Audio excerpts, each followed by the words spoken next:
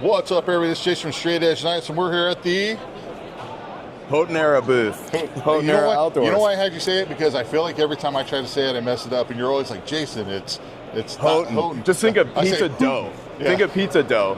D-O-U-G-H. Houghton.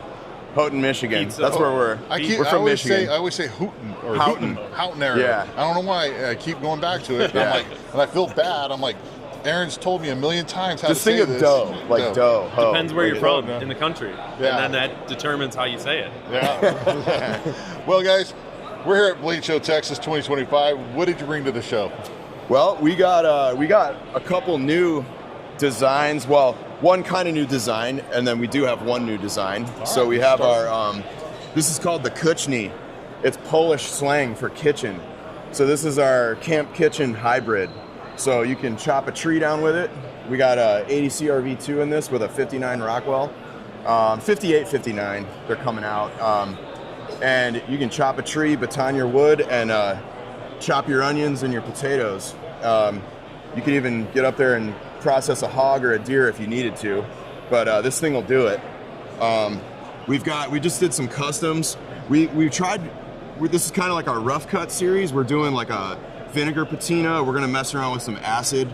So we wanted them to look like rough and distressed. It's kind of part of the style. It's we took a 19th century English trade knife basically and added more belly to it. So that's what this is. So this is a big knife, but this thing is light. It's light. There's yeah, 1/8 inch, flat grind. The hand, ADC RV2.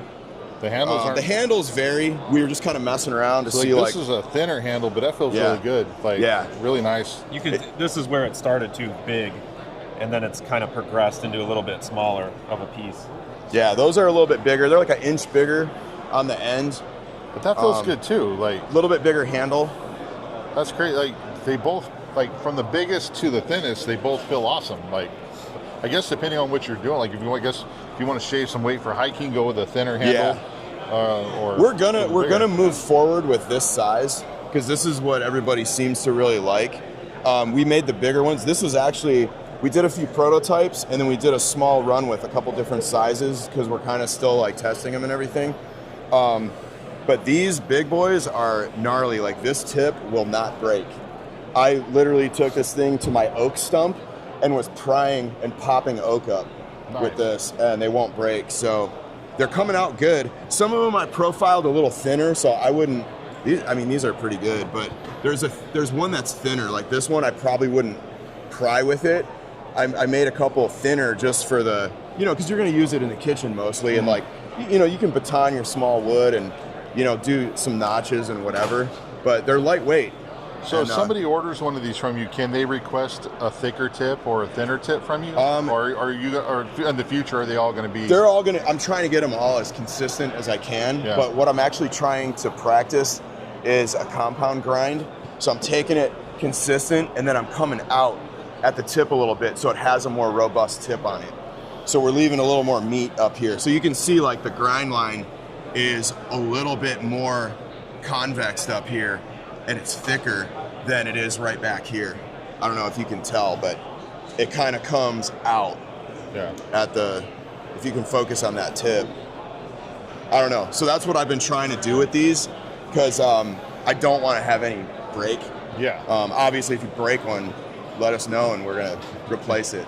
Well, one thing I think everybody should know watching this video is you guys are making these knives pretty much yourselves at home. Like we each have our small shop. They're all handmade. Hand grinding, putting the handles on. Yeah, handles are shaped by hand. Yeah, everything's made by hand. We did just buy a CNC router to start cutting our handles, and that's what this guy's tackling.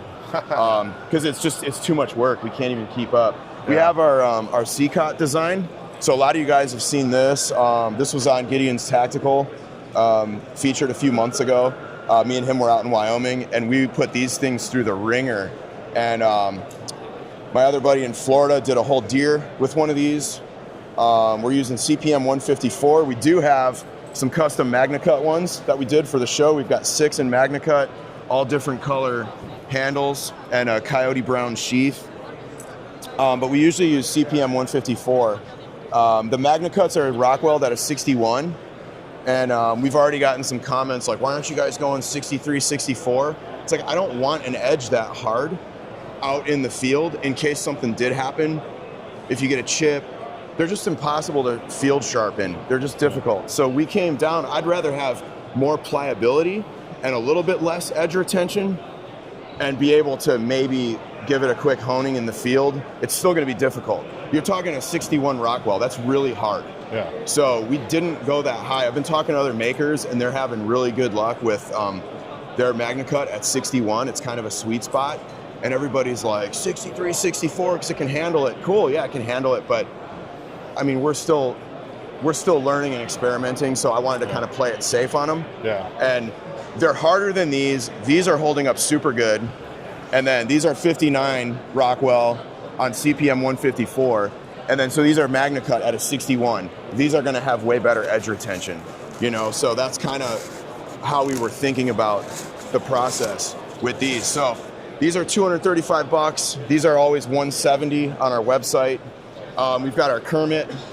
This is our little carver kind of EDC based off, this is Nate's design, 100%. He modeled it after an old antler spike handle, like Frontier knife. Yeah. So that's kind of like, you know, what it looks like on your belt. So yeah, we have a couple customs in these. So these are the same CPM 154 with a 59 Rockwell. It's a beefy little blade. The tips won't break, good edge retention.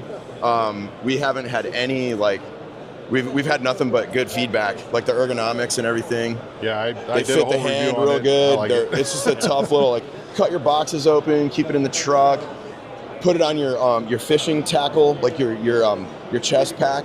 My buddy carries his in Kydex, like on the bottom, Yeah. on his fishing rig, and he uses it out in the ocean all the time. And I was like, hey, how's that thing holding up? He's like, dude, it's good.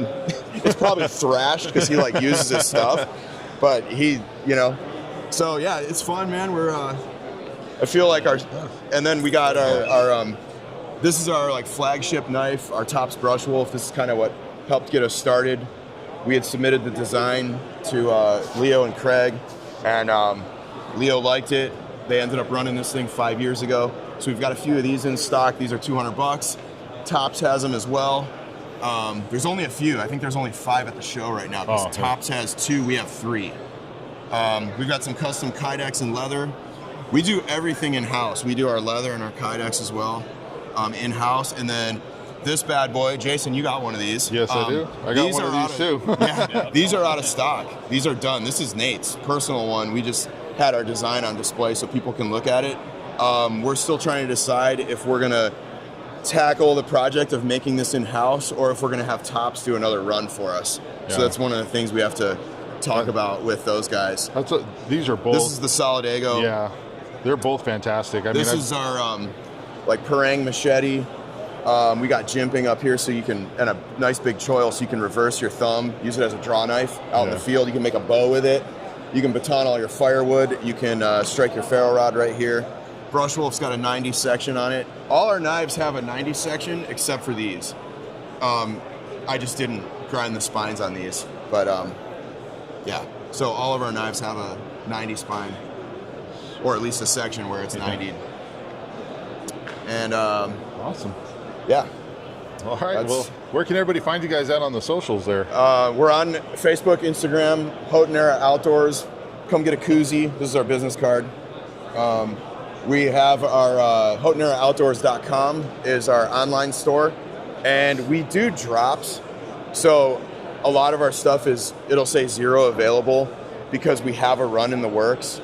Anything that's left over from the show will be on the site on Monday as soon as we get home.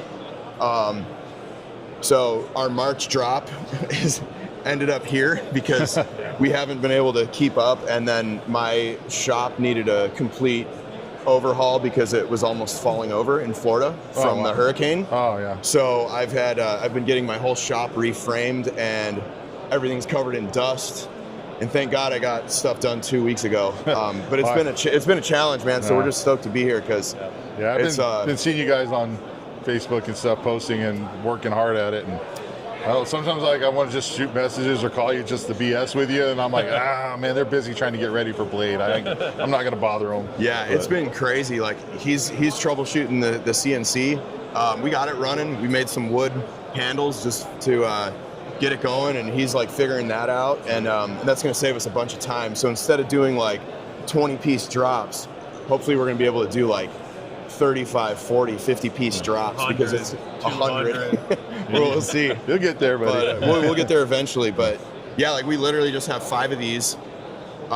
We've got 9 Kermits. We have 19 C-Cots because we've been focusing on making the most of these because these are moving the most. Yeah. It's just such a great all-around blade, and it's kind of our top seller. Sweet. But all right, guys. yeah, well, thanks for coming by. Thanks for talking to us about all the stuff. I appreciate it. And guys, make sure you go follow these guys on all the platforms, and go pick you up one of these blades. We post. We're always posting on Instagram with updates, and yeah, thanks to Jason. So you guys are probably already following his channel, but yeah, repost it, share it in your stories, yeah, we're always posting with updates like what we've got coming. Like everybody's waiting on the Magna Cut run, so I was able to squeeze out 6 customs for the show. We haven't landed on a final decision for our colorway for the Magna Cut run. We may stick with a denim blue just because our original design concept has to do with blue denim, like your Detroit factory worker. So, I don't know. We got some cool I'm customs. leaning towards this one. Everybody likes that one. This is Sweet. It's weird. Like I'm looking at my camera at it, and it almost looks bluish in the camera, but it's. Yeah, it's I don't all know what like it is. shades of brown with copper, and then we did the orange pinstripes on it. Yeah, that looks just sweet. so it's kind of like rustic looking. Yeah, that's sweet looking. But yeah, All right. awesome. Yeah, we're booth 15F, and we're stoked to be here. This is our first year in Texas, and Yeah, well, we're just getting started, so it's Cool. We're stoked, man. well, thanks for talking to us, guys. I appreciate it. I know your show's about to open, so we. It's Yeah, gonna get swamped thanks, in here. Jason, and yeah, thanks for everybody who's bought a knife and for the follows and the feedback, and for supporting us. All right, Yeah. All right everybody. right. Let's stay safe, stay sharp. Yeah, later, guys. Bye.